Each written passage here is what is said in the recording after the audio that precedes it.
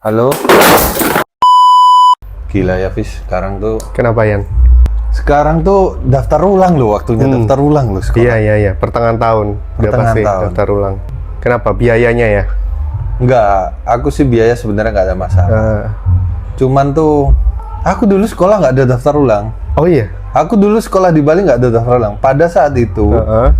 pas aku sekolah di Bali itu, di Jawa sudah ada daftar ulang. Iya, memang dari dulu aku. Dari dulu. Dari dulu. Dari dulu. Dari SD ada daftar ulang Di udah. Bali itu nggak ada daftar ulang. Masuk sekali ya sudah. Iya, gitu. seharusnya ya gitu ya. Tapi kok enak ya nggak ada daftar ulang? Iya, men. Beneran. Nggak ada daftar ulang. Berarti nggak ada bayar-bayar lagi ya? Nggak ada. Jadi masuk sekali, udah. Selanjutnya ya bayar SPP lah. Iya. Soalnya kalau daftar ulang tuh ya tiap tahun bayar lagi. Kayak jadinya kayak kalau kamu naik kelas, it's mean kamu keluar dari sekolah itu. Jadi Iya, kamu harus iya. daftar ulang lagi. Kan konyol gitu. Cuman kalau di sini sih mungkin ya kalau nggak salah teorinya itu daftar ulang ya kita memverifikasi data kita lagi gitu loh. Tapi yang kalau aku sih masalahnya kenapa harus bayar lagi gitu loh.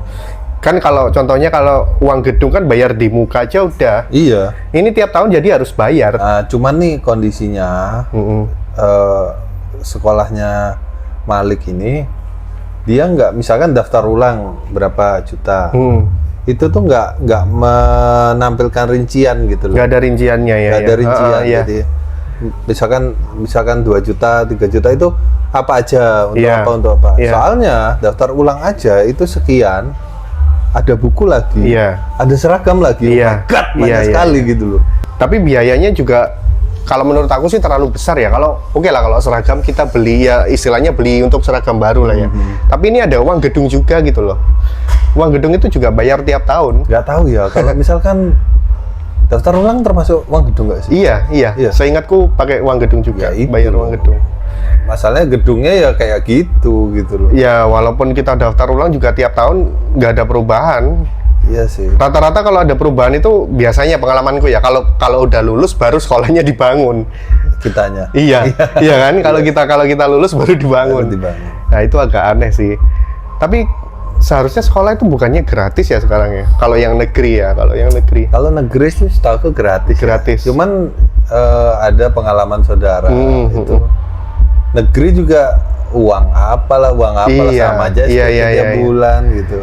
Ya kalaupun nggak ada itu ya gratis, tapi kayak ada proyek sendiri gitu loh. Iya, ya kayak nggak mau kehilangan itu gitu. Nggak tahu itu diwajibkan atau enggak sama kurikulum ya, kayak contohnya ya studi tour atau Study tour, ya. tur-tur kemana lah, itu kan juga wisata-wisata itu kan juga bayar lagi gitu. Iya, bayar. Lagi gitu. Pendidikan nih kayak jadi ladang bisnis gak sih? Oke lah, misalkan anak-anakku sekolahnya di swasta gitu. Iya. Ya kita harus siap bayar lebih, Iya, it's okay. iya. Cuman tuh kayak nggak masuk aja gitu loh. Tenaga pengajarnya, dia bukan guru tapi tenaga pengajar, paham maksudnya? Kalau guru tuh kayak punya tanggung jawab lebih kalau anak ini berada di rumah, Iya. gitu loh. Jadi sudah diajarin di sekolah, dia punya tanggung jawab. Nanti di rumah jangan begini ya, jangan begitu ya. Tapi kalau di sekarang yang aku rasain, tenaga pengajar ya tenaga pengajar, kamu dikasih tugas dari kurikulum begini ya begini. Iya. Nggak disuruh ngajarin membaca, nggak ada target membaca, nggak diajarin membaca gitu loh. Jadi bukan guru tapi tenaga pengajar. Iya. Itu sih menurut, paham nggak sih maksudnya? Iya, tahu.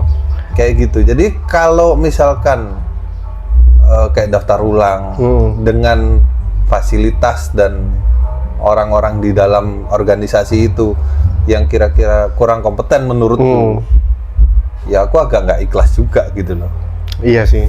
Karena memang kunci utama kalau mau maju ya di pendidikan ya. Tapi ya nyambung ke tadi yang soal peran guru itu cuma di sekolah aja lah ya intinya ya. Nah itu juga dulu ada berita tawuran sih, ada berita ya zaman-zaman sekolah tawuran, berita-berita murid tawuran gitu. Ketika pihak gurunya diwawancara ya jawabannya kami nggak bertanggung jawab atas kegiatan siswa di luar sekolah gitu loh. Ngomongnya sih kayak gitu sih. Tapi kan seharusnya kan dari segi moral itu dibangun juga di sekolah. Ada beban moral harus. Iya, jadi nggak ada, ya jadi dia di luar nggak berulah lah istilahnya kayak gitu. Ya itu sih yang pertama ya, kayak misalkan daftar ulang. Yang kedua tuh seakan-akan tuh anak sekarang belajar belajar di rumah untuk di sekolah. Jadi di sekolah tuh harus di sekolah udah bisa berarti. Kayak kompetisi lah gitu di sekolah. Bahkan apa itu namanya dikasih target-target tertentu di rumah untuk diujikan di sekolah. Bayangkan ya, orang tua seorang anak ini. Orang tua dua-duanya laki perempuan nggak bisa baca tulis, nggak bisa baca tulis. Di sekolah kan anaknya dengan harapan supaya bisa baca tulis, dan bisa mengajarkan orang tua. Nah sekarang sekolah ngasih tugas ke anak, disuruh tugas ya baca tulis ya otomatis ya. Itu kan dasar gitu. Tapi nggak bisa ngajarin orang tuanya. Terus gimana peran pendidikan untuk merubah satu keluarga ini? Di mana perannya? Coba, kau bisa nggak gitu? Ya kan? Itu sebenarnya itu yang bikin aku masalah. Harusnya kan belajar di sekolah untuk di rumah. Gitu. Iya betul. Bawa ilmunya ke rumah gitu. Tapi kayak gitu sih ada yang matahin sih logika. Nggak tahu ya, ada kata-kata kayak gini. Guru pertama seorang anak itu orang tua. Nah itu yang dipakai nanti untuk melawan argumenmu barusan. Guru pertama adalah orang tua ya, di agama juga, di agama Islam juga. Apa itu namanya? Madrasah pertama ya ibu. Ibu. Betul. Iya, tapi kan ya itu menurutku itu soal akhlak sih. Bukan soal teknis kayak baca tulis ya, lebih ke moral lah segala macam kayak gitu. Yang non teknis. Iya. Tapi kalau secara teknis nggak bisa hitung-hitungan apa gitu kan, gimana kalau nggak bisa di sekolah? Iya kan tujuannya sekolah supaya bisa. Intinya itu baca tulis dulu. Mencerdaskan kehidupan bangsa itu kayaknya nggak berfungsi gitu. Tapi kayaknya itu udah dari dulu banget sih. Aku waktu awal-awal masuk SD itu juga dites tulis loh. Awal-awal masuk SD aku masih ingat itu. Dites, disuruh nulis dulu bisa atau enggak kayak gitu. Cuman nggak tahu hasilnya itu kalau nggak bisa bakal bisa masuk atau enggak tahu ya. Gini. Jadi pas Malik TK, TK ini punya SD. Iya. Jadi kayak satu yayasan gitu loh. Punya SD. Posisinya juga sebelahan. Jadi banyak anak TK ini pindah ke SD-nya dia. Gitu loh. Iya. Naik masuk ke SD-nya dia. Tapi kondisinya SD-nya protes, kenapa anak TK nggak bisa baca? Nggak bisa baca. Nah, nggak bisa baca aja. Oke, nggak bisa baca. Protes kan. Terus si TK-nya mengadakan kayak bengkel membaca. Itu kan secara nggak langsung itu kan ngomongin kalau mengakui kalau misalkan iya ya, saya nggak bisa. Sini saya buatkan lembaga baru untuk bengkel membacanya anak-anak gitu. Aku pernah protes ke TK-nya Malik, kenapa anak saya nggak bisa baca? Iya Pak, karena di kurikulum nggak mewajibkan. Nggak mewajibkan. Nah, tapi kan Anda punya hati nurani gitu loh untuk apa ya, sebagai tanggung jawab moral kenapa anak ini nggak bisa baca. Nah buktinya SD-nya sendiri protes gitu loh. Kan berarti gimana dong? Ada kerancuan berarti. Ya agak lucu ya. Kan itu masih istilahnya satu manajemen lah ya. Satu manajemen. Cuman beda TK sama SD kan.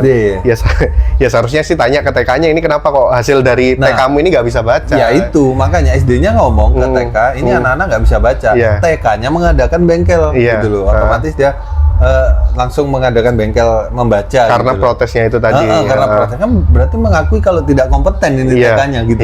Dia sendiri mengakui gitu loh. Itu loh yang aku, kenapa sih pendidikan sekarang kok semakin kayak gini gitu. Nah masalahnya kan kita tahu lah ya, studi istilahnya kayak studi banding kalau nggak salah, perjalanan dinas dari dinas pendidikan kan juga keluar negeri ke negara-negara yang pendidikannya oke lah, tapi nggak ada yang diterapin sih. Iya. Ya kan juga pernah ke Finlandia dong pastinya kan mereka, tapi nggak pernah diterapin kayak gitu. Tapi emang kayak misalkan apa ya, ngomong-ngomong apa sih, KDM kemarin ngirim orang anak-anak yang ke barak. Iya, ke barak. Iya.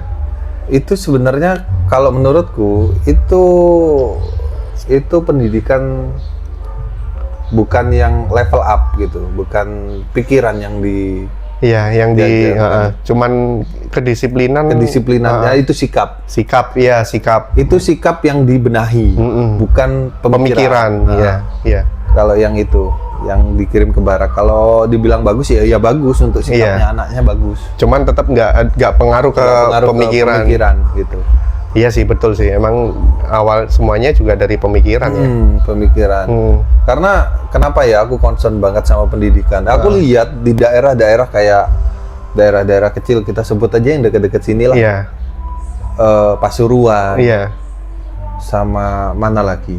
Jember, Probolinggo, sama Malang. Kenapa Malang bisa kayak maju gitu? Iya, betul. Karena ada pendidikan. Iya, ada kuliah, kampus-kampus yang bagus-bagus di sana. Bayangin, peran pendidikan itu ke satu wilayah tuh besar sekali. Besar, iya betul. Nah itu aku concern banget sama pendidikan tuh karena itu. Karena emang berpengaruhnya banyak dari segi manapun lah gitu. Terutama ekonomi. Ekonomi rendah, pikiran nggak sehat coy, bener. Iya. Ekonomi goyang, pikiran nggak sehat. Ya memang salah satu untuk memajukan bangsa ya dari pendidikannya kayak itu. Mau kamu punya banyak tambang, iya. mau punya sumber daya alam yang melimpah, kalau yang menjalankan aja nggak kompeten ya nggak bisa kayak gitu. Betul. Emang apa ya, pendidikan ya gitulah. Aku concern banget sama pendidikan. Bahkan ya kalau bisa aku sekolah lagi kesempatan dong, S3 itu, aku bakal ambil sih sebenarnya. Karena emang meskipun nggak dipakai ilmunya, pola pikir tuh kepake. Iya, jadi berubah pasti. Ya memang masalah negeri ini kalau mau maju selain pendidikan ya korupsinya dihilangkan gitu loh. Karena koruptor pun itu orang berpendidikan loh ya. Iya, nggak ada. Pendidikannya tinggi. Koruptor tidak ada yang tidak berpendidikan. Iya, pendidikannya tinggi orang semua. Nggak punya pendidikan, nggak bisa korupsi. Nggak bisa korupsi. Nggak tahu caranya coy. Paling akhirnya jadi maling motor. Iya, gitu. Itu kan beda. Ya memang itu sih masalahnya ya di korupsi itu. Coba ya kita riset ya. Cara mencegah pemikiran aja untuk orang itu melakukan korupsi. Caranya apa? Kalau pemikiran setauku sih nggak bisa dicegah ya, karena pemikiran itu bebas gitu. Salah satu yang mencegah ya kita harus bikin barrier. Bukan pemikiran ya? Niat untuk korupsi. Ya barrier, ya harus ada barrier. Selain itu efek jera dari hukuman? Nggak ada sih kalau buat aku. Kalau menurutku ada. Apa itu? Jadi misalkan ada kucuran-kucuran dana itu, dibuat e-money. Jadi jelas itu keluarnya kemana, harganya berapa, nggak ada di markup. Enggak dong, tetap di markup dong. Walaupun e-money kan transaksi kita markup itu bukan soal gimana transaksinya, maksudnya gimana prosedur transaksinya, tapi ya dari misalnya pihak pembeli dan penjualnya.